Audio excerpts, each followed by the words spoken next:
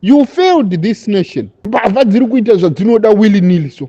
Iwe uchienda uchinodziprotecta kuti aiwa iyi mbavha yangu isiyei, iyi mbavha yangu isiyei. So how are we going to trust you as a president? How? Tine nzara, hatina mabasa, tiri kutambudzika, asi unoprotecta mbavha. Ndo chii ichocho? Kuliend TV maswera sei pano? Kuliend TV ndoda kumbobvunza kwauri. Pamwe ungadai une ruzivo rwakati wandei, unokwanisa kuzondishandurawo zvangu. Tell me here, why is President Mnangagwa addressing his ZANU-PF people? It's like he addressed the ministers of state, provincial state, and or something like that. Why can't he address the nation at large? Vari kupiwa matambudziko tisu vanofanira kuti abude pachena kana paZBC TV achinyatsotaura kuti ndiri kuziva kuti muri kuti problem yakamira yakadai. Saka inini ndichati zviitwe so. Tonzwa kuti zvacho zvaanenge achiti is going to implement zviri kuzoitwa here. Manje unongopinda munhu mutapa, then they want to address. Is this country having 4 or 5 people? I can't understand. And it pains me a lot. So if he is not a leader, that's why we are calling he must go.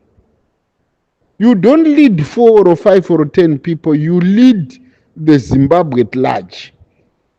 There is difference between government and a party. There is difference between education and intelligence.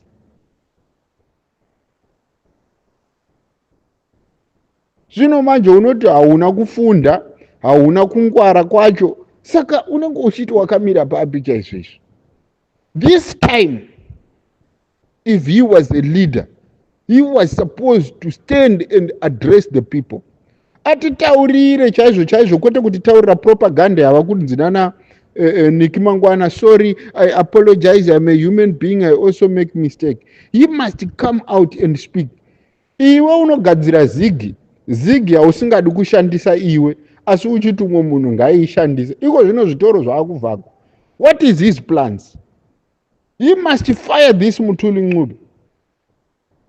Unogadzira mari isingadiwi kushandiswa munyika unenge uchiti iende kupi? Inodiwa nani mari yacho? Makaigadzirirani? We are sick and tired of people who want to play with our brains. And hatichisiri matofo aya akanga achimbotema mabhazi kudhara kana kuti vakakura vachirisa mombe. Aiwa kwete.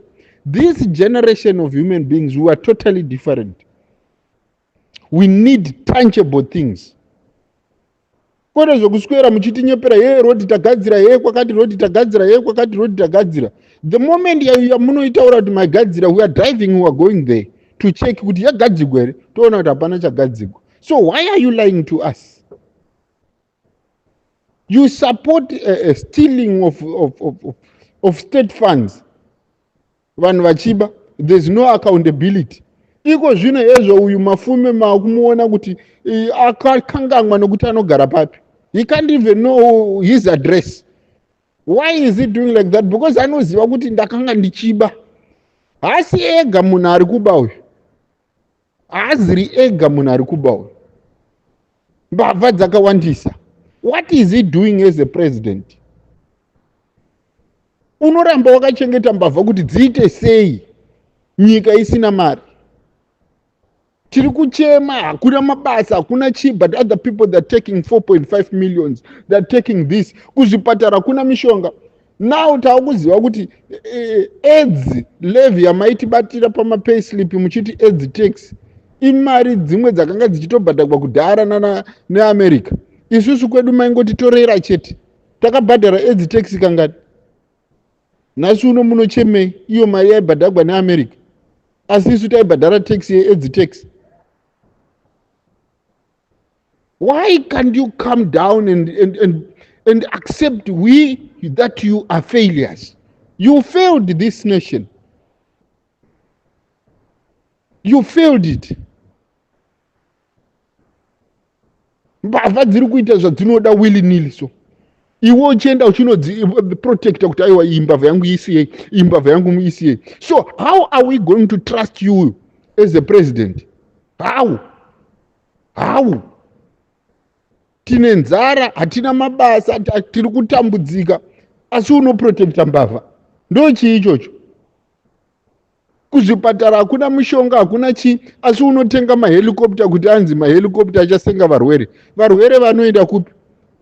The day we speak about these helicopters, takazoona makuzvibudisa paZBC TV, hey, vanhu they're getting training, so very soon it will be working. The following day, vanhu vatotrainwa, yatoenda kunotakura munhu kumzarabani.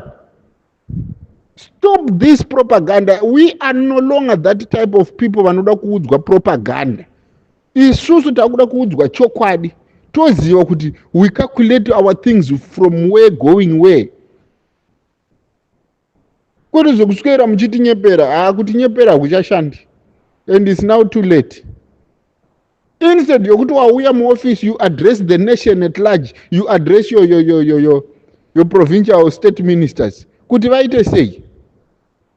Isusu ma-citizens tisu tiri kuti aiwa wakangana, wakonewa, chienda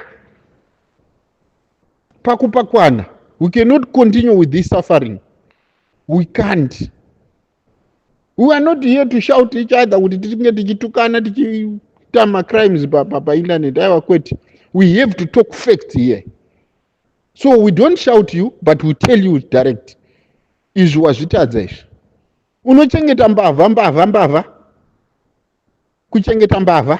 Uchidzishiridha, uchidzichengetedza kudai kuti ngadzirambe dzichiba, asi nyika ichitambura. Matongero vaniwa. Matongero vani. Matongero asina accountability. Kumusha kwako chero kwamapanzuro uko kushabhani uko. Kunei. Zvimabridge zvakadhakwa chi zvinopinda muvanhu vacho vanokuvhotera. Ngatitaure paguta apa. Ngatitaure paDarwin apa. Ngatitaure kunana Chiredzi side. It looks like it's a hell out of Zimbabwe. Ungambonzwisisi kuti Zimbabwe rei. Zhira dzacho dzakavhagwa nemiti zvese zvakavhagwa. But you are saying Zimbabwe is nice. Which Zimbabwe is that? You know, there's nothing to say we need you or we are going to give you a benefit of doubt. No, you have to go simple. We have reached the maximum in according to pain. Our pain is high and cannot be solved. This is the truth. You have to pack your bags and go. You have to pack your bags and go. Vana vedu vatakazvara kuma 98 till today havana kana kumbogara vashanda kana kunzi vabata a pay slip. Munyika inonzi ndiyo Zimbabwe yacho yauri kuti iwe yakanaka. Kuzvara munhu kusvika pakuchembera asina kana kugara bata pay slip munyika. Then you think it's a joke? Kana nhasi uno akachembera anorarama sei? NASA makaibira mari yayo hakuchina. So really you want citizens to do what? Come on guys, man.